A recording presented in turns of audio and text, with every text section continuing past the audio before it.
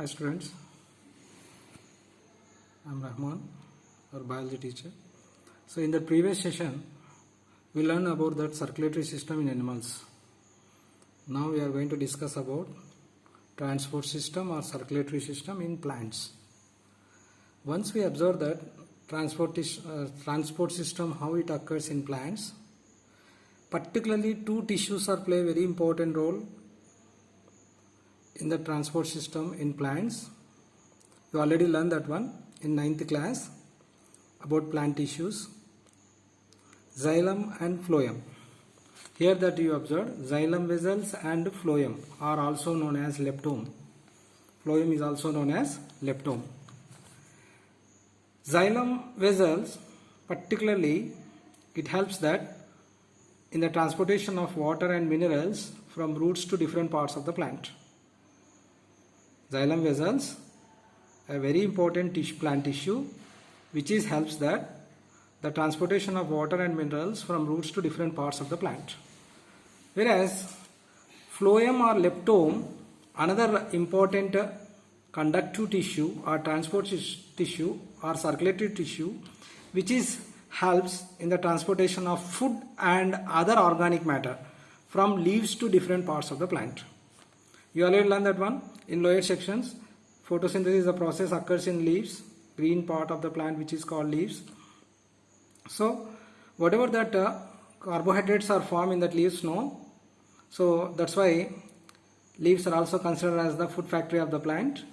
So whatever carbohydrates are prepared by the process of photosynthesis, no, in leaves, it will be transported to other parts of the plant through this phloem tissue. So here that clear, no, that one is xylem tissue, another one is phloem tissue. These two are very important tissues in the transportation of materials in plants. Xylem helps that one in the transportation of water and minerals from roots to different parts of the plant, whereas phloem or leptome play a very important role in the transportation of food materials and other organic matter from leaves to different parts of the plant.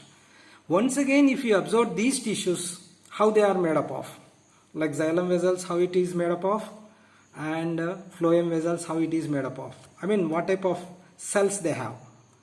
Particularly if you observe that xylem vessels, it is consisting of tracheids cells, fibers, vessels.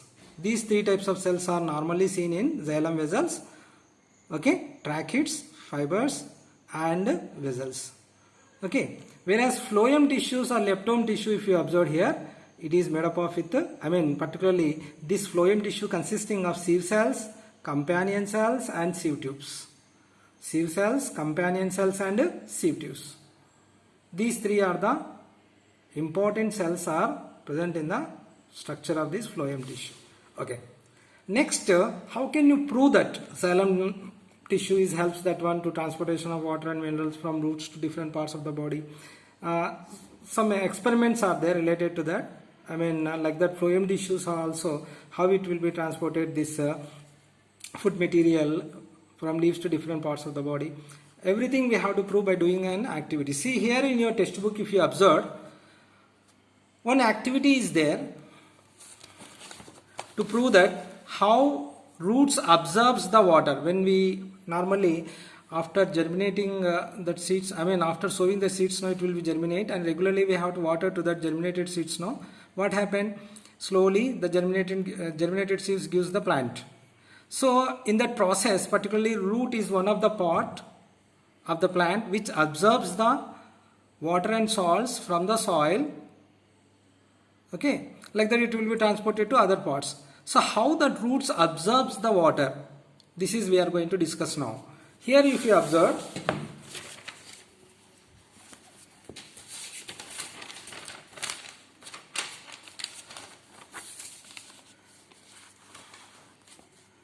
this is that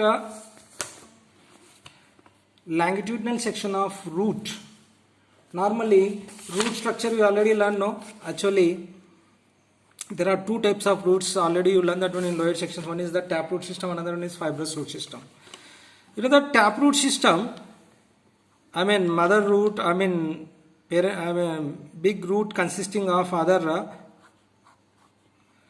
Lateral roots are also formed here. This is taproot system, very, penetrated into the deeper layer of the soil, and it is very difficult to remove that root from the soil. That is nothing but this is taproot system. Particularly dicot plants consisting of taproot system like mango, dicots, those are having the two cotyledons in their leaves, particularly in their seeds, they are called dicot plants. So they have, this is nothing but taproot. See here that these are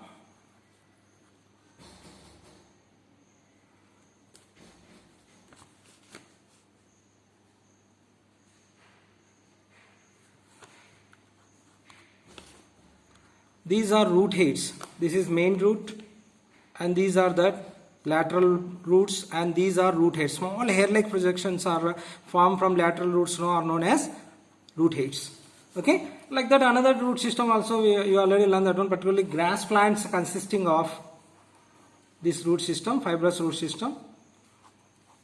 Grass plants. This is fibrous root system. Okay, this is fibrous, this is taproot. Okay, particularly these small hair-like projections are observed from the main root, lateral roots, are known as taproots. Sorry, root heads. Okay, how these root heads are absorbs the water and salts from the soil. That root heads are totally made up by a single cell. For example, this is the main root, and this is lateral root, and another, this one is the root hair, small hair-like projections. Okay, normally we people are when we are going to transplant this plant, at the time we just remove this plant to plantain that in another place. At the time, if we roughly handle that and removing that roots, what happens? Particularly these root hairs are get damaged. When root heads are get damaged, even though we have to transplanted this plant to in another place, it can't be survive. Why? Because root heads are damaged there, and due to that damaging of root heads, it can't absorb that water and salts present in dissolving stage in that soil particles. It doesn't absorb that one. That's why the plant cannot survive for a long period. This is very important. See, root heads are totally made up of by single cell. Okay, here you observe this is longitudinal section. That longitudinal section means what? If we cut that thin slices along its length, is known as longitudinal sections. Actually, we have to, observing that in two sections. One is that transverse section, another one is that nothing. Transverse section is nothing but cross section. Okay, longitudinal section is nothing but along its length. If you divide the thin slices, it is nothing but longitudinal section. See, if you are taking off a longitudinal section of root showing the relationship how the root hair and soil water. See here that this is the diagram here, and of course this is root hair, totally made up of by a single cell, and of course it is enclosed by a membrane which is called cell membrane, and of course this is nothing but these are the cells of cortex cells, second layer in the root hair, cortex cells, and this is xylem vessels. Here that xylem vessels there. Okay, these are that you are observing, these are called soil particles. Soil particles. Okay, consisting of salts and water here. When we water to the plant, what happened? First of all, that water will be get dissolving in the soil particles. At the time, minerals are also dissolving there in that water, and such dissolved minerals and salt content of water is absorbed by this root hair. Okay, so when we water to that plant, soil, particularly near the roots, such water is dissolving in the soil. Of course, salts and minerals are also get dissolved here, and osmosis process is play very important role in the absorption of water from the soil particles into root hair. What is osmosis? That osmosis means here, particularly molecules move from low concentrate to high concentrate through permeable membrane or cell membrane. if it is transported that water and salts into that low concentrate to high concentrate through plasma membrane or cell membrane, it is such process up to takes place, both concentrate will be equal. So this process is nothing but osmosis. See here, when we water to that soil particles, so salt content whatever there in that soil particles, no, it is very less. Why? Because we are adding that water here, no. So all the salts will get dissolved here. Due to that, the concentration of salt content which is present in the soil particles when compared to the salt content is present in the cytoplasm of the root hair. This is very important here. Here cytoplasm is there, no. Cytoplasm is also consisting of salt content here, which is high here inside the root hair when compared to that outside. Okay, particularly in the soil particles. Here low to high. What happened? Through cell membrane. Root hair is also made up of with cell membrane, no. So water and salts, whatever the minerals and salts whatever there which is dissolved in soil particles, no, which is enter into the root hair through cell membrane into that cytoplasm of the root hair. So like that, from low concentrate to high concentrate through plasma membrane, the water and salts will be enter into the cytoplasm of the root hair. So which process helps in that? Osmosis process. This is very important here. Osmosis.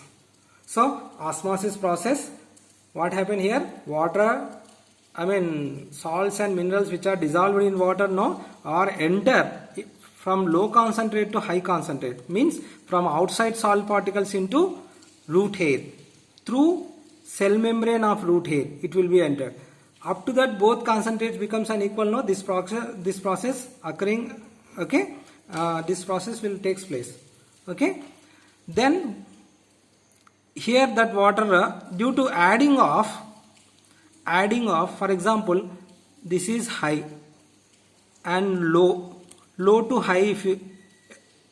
If we added that low to low concentrate will go and added to that high, no, what happened? That high concentration values are also becomes low by adding that water. So when compared to that neighboring cell, for example, this is that cortex cell, neighboring cell, it is also consisting of cytoplasm. It is also consisting of cytoplasm.